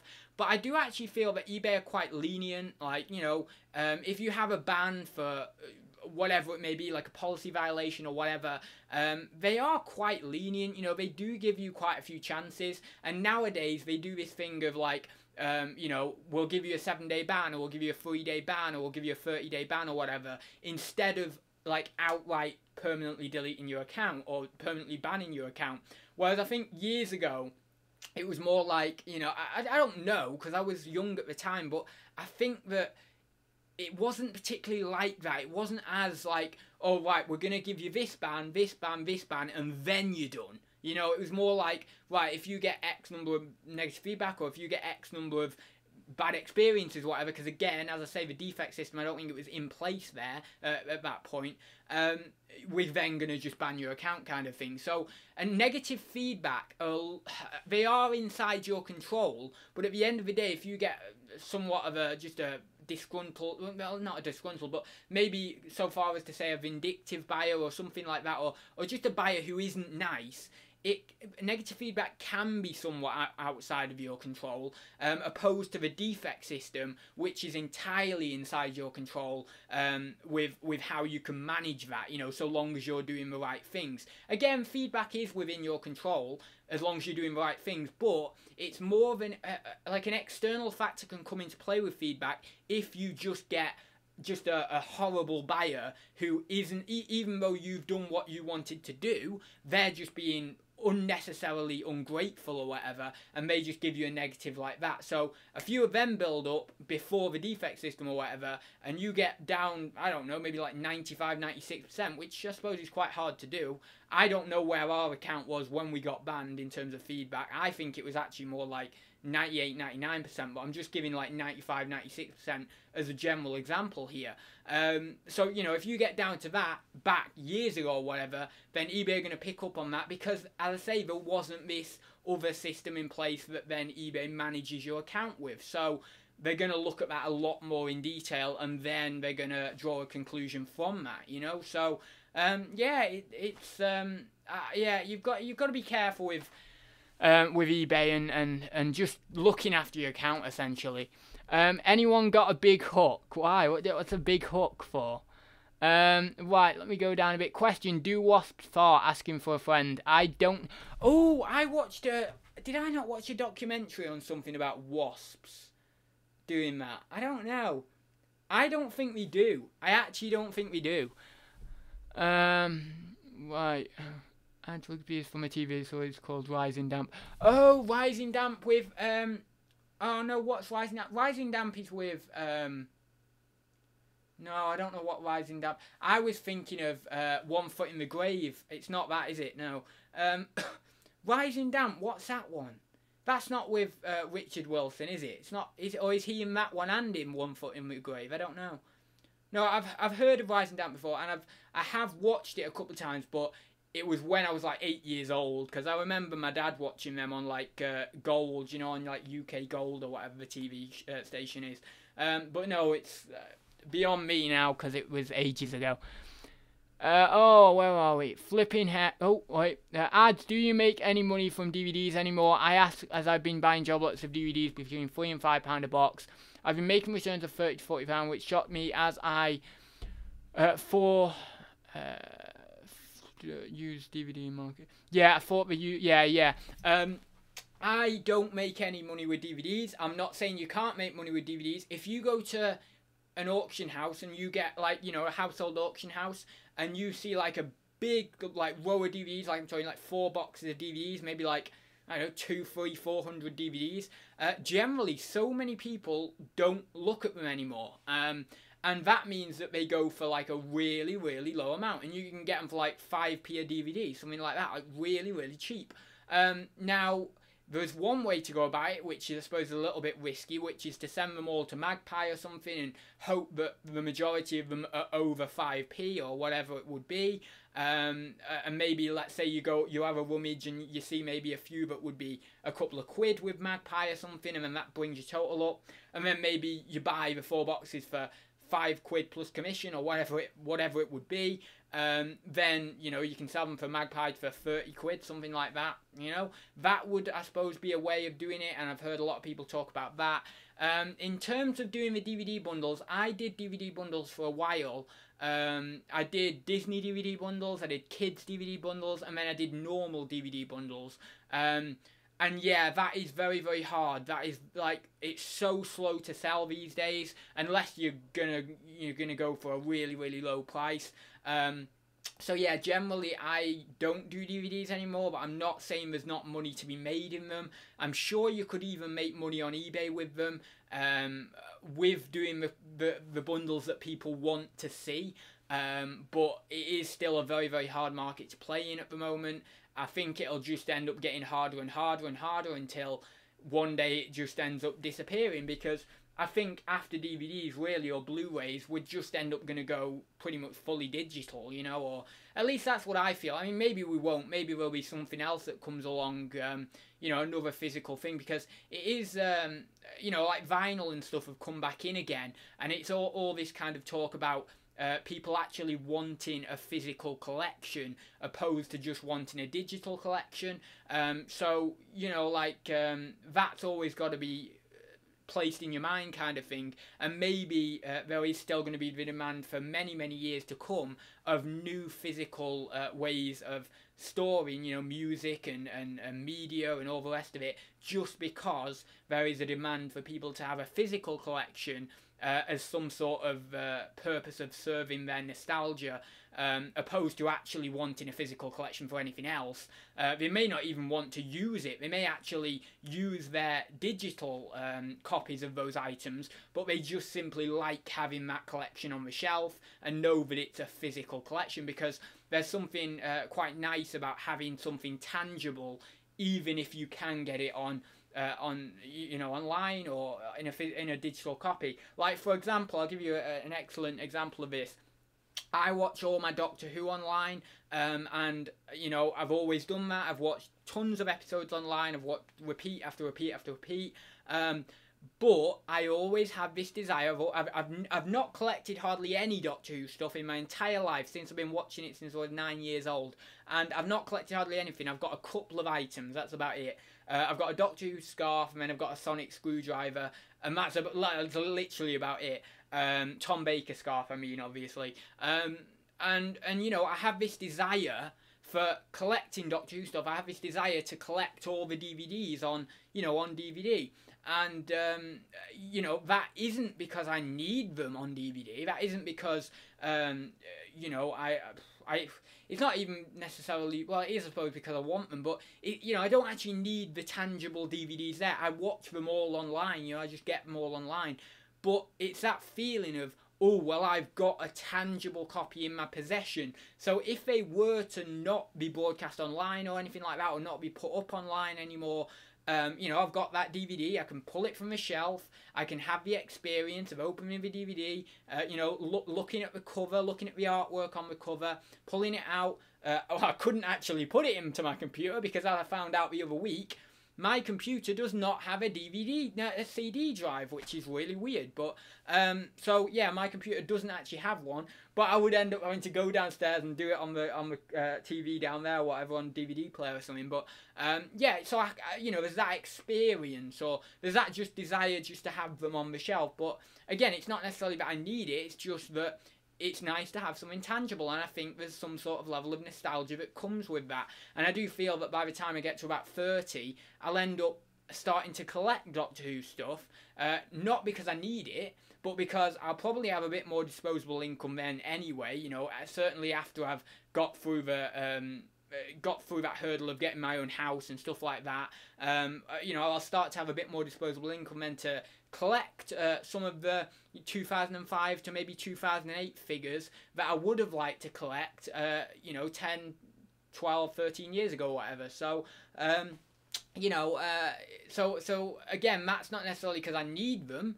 You know, I don't need those figures, but it's nice to have a tangible collection of something. You know, it's nice to collect something that's that can be touched and that can be, you know, embraced in one way, in a physical manner. That sounds really wrong, doesn't it? But embraced in a physical manner. We're gonna go with it, okay? Right, I'm gonna go in a minute anyway. We're nearly on the 2 hours. Flipping heck, I've been here a long time. Think it's time to go and do some work and have a restorative drink, something strong today. Anyone still watching? I'm assuming not many people are watching. Peak concurrent 41. What does that mean? I don't know what that means. I'm guessing that's the overall people who've been watching. Question: have you used the eBay feature where you can send offers to watchers? I have. Yes, I have used that eBay feature. I do like that, actually. It is a really good feature. I did it the other day, actually. I was looking, basically, like, you know, someone said to me, like, would you accept X for this item? And I just replied with offer and said, you know, I'd accept this price, you know, and then just typed in a little message and then just, you know, click replied offer. I do like it. I've used it a few times. It's like, I think it's been going about 6 to 12 months now. But yeah, it is. I really do like. How much money do you need to start up a business like this? You literally need, like, as much as you've got in your pocket. Like, if you get, like, for example, you know, if someone got pocket, like, you know, I've got my wallet here. If, one sec, like, you know, let's say a lot of people, when we were younger, you got pocket money off the grandparents or off the parents. You literally need all, you know, that amount of money. Like, if that was 2 quid, if that was 3 quid, 4 quid, 5 quid, whatever, you literally need that amount of money. Now, it does help if you were to have, let's say, maybe £50 to £100. I mean, the more money, the better, really. If you have £1,000 to invest, then brilliant, because then you're going to be ahead of the curve. You can really jumpstart your business, you know. But you only really need, realistically, £2, £3, £4, £5. Go down to the car boot. Hopefully it'll be a free you know, like a free entry car boot, or maybe just go to the charity shops or something, and then just buy a couple of items. Let's say you have a £5. You buy 2 or 3 items with that. Maybe they're £10 items each. You then flip that £5 into £30 in turnover. So I don't know. You probably walk away with like 15 to 18 quid net profit, something like that, along those lines, after postage and all the rest of it. And then you've got 15 quid, and then you use your 15 to 18 quid to buy maybe 10 items or 15 items, all at maybe 10 to 20 quid each, and then you start to sell those through. And it is a slow process. It's slow. Things aren't going to sell overnight, you know. In a lot of cases, it's gonna take a bit to sell, depending on the items you actually get. But then you might end up, after a month or so, you might end up having 100 quid from your initial stake of a fiver, and then you've got 100 quid to play with. So then maybe you go down the car boot, or you go to the auctions, and you get a larger amount of stuff, and then you flip that, and it keeps going, and it keeps going. And after 6 months, you might have turned literally like a fiver into, you know, £1,000, £2,000, £3,000, maybe even more if you're really, really good at it. And I do believe that if the less money you have, but the more you can make from that small stake of maybe, let's say, £5, it will really enhance your ability if you can do that. If you can actually start with a very small stake and really be focused on what you're doing, and really be passionate about learning the business and trying to do your best for your customers, and obviously trying to make the most profit yourself as well. But you know, if you're really focused with that small amount of money, then that might actually really help you to really kickstart your business. Alternatively, let's say you have £1,000 to invest, then what you can do with that is you can go down to the auctions, you can research some of the items prior, and then you can really get a jump start on it and purchase things in bulk. However, saying that, you have got to be careful, because when you're new, you may make a lot of mistakes. So if you've got £1,000 to invest and you're dropping £500 in one go when you've, like, on your first trip out, then you might not actually make that much money from that, because you know, you might make a few fails in there, you might overpay for things, you might get bid up by other people. So you have got to be careful when you've got a lot of money to invest first off. So, you know, it might even just be better to slowly build it up, and then, you know, as you start to get better and better, you can start putting more and more money in, or reinvesting more and more of that profit. And then you build your skills and your ability over a set amount of time. Because sometimes, you know, it is good if you've got a lot of money to invest, but it can be a hindrance, because it might make you lose a bit more of that money than you would like to. You might not make as much money back on that larger amount of money than you first thought you would, because you're new at this. You know, you're prone to making mistakes and all the rest of it. But, like, you know, when I've gone to the auction, or when many other people who've been watching this chat have gone to the auction of a car boot, and they've dropped 400 or 500 quid, or whatever it may be, you know, let's say you go to the auction and you drop 400 or 500 quid, like, an experienced reseller can do that and know that they're going to make money back, because they've been doing it for long enough to know the pitfalls, and to know that they need to view the items, and to know what things are selling for on eBay, and to know that they need to do X amount of research on items beforehand. They know, obviously, as I mentioned, to view the items correctly, making sure there's no chips or cracks in any pottery, or, you know, anything like that, you know. Or if you're in video games, making sure that you can check condition thoroughly of the discs and stuff like that. It's all about just learning and building up this experience, really. That's all it is, experience. So, anyway, I am going to go in a minute. I'll sign off. Right, well, I'll just quickly look at these few bits in the chat. It's like anything we sell, it's something in their hand, like they, like from a DVD to pottery. Hi ads, Rising Damp starred Richard Beckinsale. Is that Richard Beckinsale? Who's that? That's not, no, that's not the guy I was thinking of. That's not the guy off The Good Life, is it? You know, is it Tom? Is it Tom, the character's name, off The Good Life? It's not him, is it? That's Richard someone else, isn't it? Is that Richard Bryars, or... Yeah, I think that's like Richard Bryars. I'm not sure. Maybe it isn't, but... Right, let me just have a check here, and then I will get going. Also, do you do this full-time, like full-time selling? Yeah, it's like the only thing I do. Well, I do. I have a few other little bits of investments here and there. But this is what I do. Like, I do eBay and Amazon. I don't rely on, like, eBay for my sole income. But, you know, whenever I transition out from not doing Amazon anymore, then I will, you know, I'll end up, like, basically relying on eBay pretty much full-time, alongside a few other bits and bobs, a few other different investments. So, yeah, you know, it's, yeah, it's full-time, really. I've bought what's that? I bought a Thundercat figure. I bought it for 25p, which was the only money I had on me, and I sold it for 30 quid. Yeah, exactly. So Craig there says, you know, that's a brilliant example. You know, you go to the charity shops, you go to the car boot, you literally sometimes only need a fiver, and I mean, like, imagine if you got, for £5, imagine if you got, let's say, 5 £1 items that you can flip comfortably for a tenner each, which is not unrealistic from the car boot. You've turned that fiver into a good amount of money, and if they're quite quick selling items, then it's only going to help you, really. Is Amazon free to sell on? Is that what it said? Yeah. Well, not really. I mean, it's a bit different. The fee structure to Amazon is different to eBay. So, for example, with Amazon, you can go for a professional account or an individual account. I believe on an individual account, you get charged when you sell an item. Like, I don't know what the exact fee is. I think it used to be like 75p or something like that. So, I think on Amazon, on the individual basis, on the individual account, it is actually free to sell in terms of you can list an item and you won't get charged the fees until you sell it. If you're going for a professional plan, and let's say you're selling on Amazon FBA, which is where you send your stock up to one of their inventory warehouses and they pick it and pack it and process it for you, then they will charge you fees. They'll charge you for storage fees. They will charge you fees when they sell the item. They will charge you packaging fees because they're the ones who are going to pack it and ship it.